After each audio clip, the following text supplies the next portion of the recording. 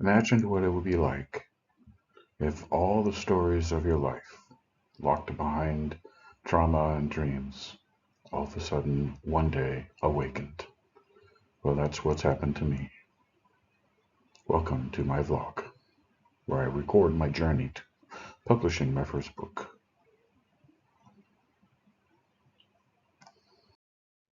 Hey everyone, I'm back. So this is my first vlog after my break, and a lot has happened. I'm going to talk a little bit about what happened before the break, what happened at the break, then also where we are with an update of everything, and what I intend to do with this vlog moving forward, and a few more updates. Stay tuned, here we go. Quick update. I've submitted part 4. This means I've completely written the book. It's all with the editor now. And when she's done, then I have to format and we're on to the publishing. And now it's off to some playtime. I'm here at the Alahans Zoo, and I'm going to show you some pictures and some videos, because Alahans has many animals, but most importantly, it has bears. Watch right here. So, during this break, one of the things we were able to do was to visit our favorite zoo, the Alahans Zoo. This is their website, Alahans Deer and Park. Normal zoo, but they have a specialty in saving bears, as you'll see with some of the pictures soon. So this is the entrance, and it gives kind of like a presentation on some of the new things. One of the new things is they now have a koala exhibit, and they're very famous for having a panda exhibit. Here on the left, you see a pride of white lions with the big male in the back hiding, and the females all watching. And then on the right side here, you'll see an Asian black bear. A very nice guy. Friends.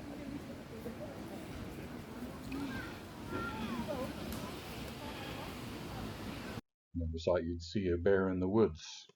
Now you've seen what it looks like when they're running.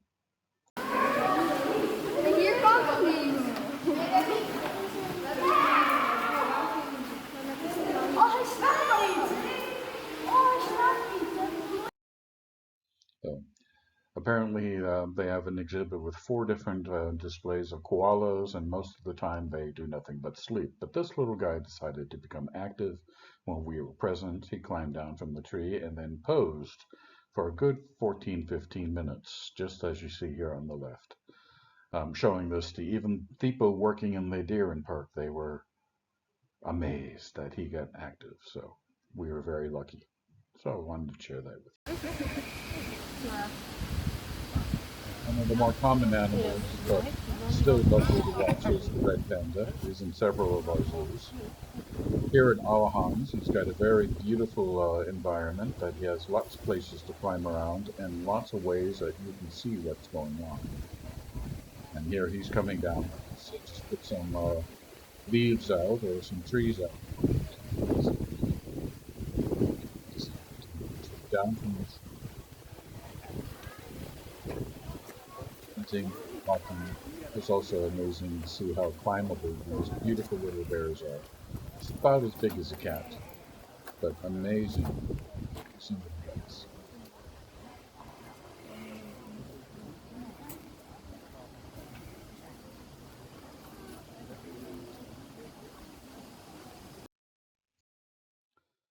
One of the things of the Alahans is that they have a tiger exhibit with 2 tigers in it, and it's a large exhibit, and you can even walk through a tunnel to find it. But rarely do I ever see a tiger other than just hunting for fish. In this case, everybody had found the tiger but me, and I'm staring at this, and I couldn't figure it out, and then all of a sudden, boom, there he was. Just his head popping around a tree, snoring away. Can you find the sleeping tiger? During our break, and it was about 3 weeks of breaks that we took, we did a lot of work around the house. We went out and spent a week at a center park, the Heidelberg Center Park, and then we came back to spend another week in and around the house to do wonderful things. One of the things that we did is we visited this museum, the Forlinden Castle, and it has concerts, it has grounds, it's a castle in its own right, and it has a modern art museum. We focused here on the modern art museum. Again, here is the website. The Forlinden is located within the town of Wassenaar, which is just next to The Hague. And the exhibits that you see here are amazing. So first off, you see the incredible balance. All these objects are all held together by a single piece of string that tapers into and throughout, and even the phone is glued on top. And that's a common thing. Most people ask, is that phone really part of the exhibit? Yes, it is. Next to it, you have this echo chamber. And this is a maze with 5 loop-arounds. As you walk through it, you can can validate and check with different kinds of ecosystems. Um, then there's this colorful painting called Everyday Objects. And it's just to remind us that even though every day we deal with these shapes and sizes, we need to remember that they exist. They live just like us. One of the more famous things at the Forlinda is they have a pool. So you can go down some steps and you're inside a blue room, but on top there is liquid being dropped down onto a window, and it creates this beautiful pool effect. Here you see a whole bunch of stools that are all placed together. It looks like they're all glued together, but in actuality, all the legs are interconnected, and the stool heads are just nailed onto the legs. Mind blowing what you see. Then over here, you'll see I have about 4 pictures. This is a gigantic wall of shoe shine kits made up by 2,000 shoe shine kits, every single one personalized, every single one used and donated to this wall. The story in the art is looking at the cases, looking at the individual art pieces. And surrounding this on the wall is a whole bunch of unclaimed or paintings without authors. The paintings themselves are not the exhibit, but that the painting's horizon lines are aligned. That's the exhibit. There's something like 15 or 20 of these paintings there. In the Orlando airport, you'll see a thing called the Traveler, which is a bronze statue of a man waiting for his plane, and he's in a giant bubble. And here in Voorlinden is in the Hague or near the Hague, and it's the big thing in Netherlands is there's a lot of beaches, and so it's not uncommon to see everybody sitting every weekend out on the beach. And here they made this beautiful statuette set, um, but you can see, looking at me next to it, that the statues are a little bit larger than us. But can you imagine?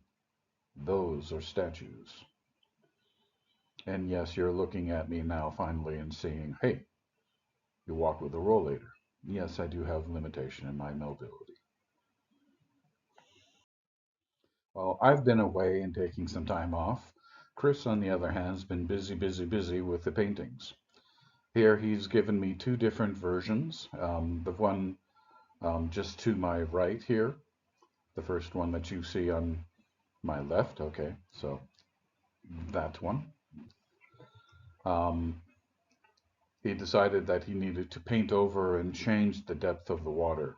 And then also he realized that the whales are a little bit bigger than what the cityscape is. So he's removed them to put them in later. And then down below, you'll see the most recent version of the painting. We're very happy with how Everett is coming out in the painting, and he's going to even bring out the Neclidi and much more. Here, I've given you the text on things that he plans on working on. The whales have been removed, but they'll be back, but in smaller to go with the scale of the buildings and tower. The background ocean has been repainted layer by layer, changing the blue slightly to get a nice contrast between the ocean and the ocean floor. Added some dull colors to the ocean floor to the left side for the coral. need to figure out what I want to do with the floor of the right side as it's more zoomed out, maybe some rocks or more deeper trenches. Wasn't happy with the tower, so removed that during the background repaint. Started repainting the tower back in the last night. I have done a mock-up on my iPad on the new look, just a slight adjustment with the tubing, but I think it will work much better. Everett's looking great. I'm quite happy with him so far. I do need to adjust his shoulder on the right still. Nyclidian has been adjusted and made more progress on him last night. More to be done on him regarding the shading and minor details. So this is the cover of the book. Also, Chris has asked me for permission to be able to put he films himself painting and then puts that in high speed, and he'll put that on his Instagram. When he does, then I will share that easy into my vlog. And when he's done, then you will see it too from here. But it's looking great. The painting itself is going to come to me, going to hang in my house, but I'm going to use it as the book cover. Okay, so here we go. As the update of this vlog, I have in my possession part 1 and 2 of the book back. Joanne has possession part 3 and 4. She's busy with the editing, and I didn't give her a light task, so we'll be patient with her, give her all the time. She's going to make this thing shine and be beautiful and all the words spelled right and the names consistently used.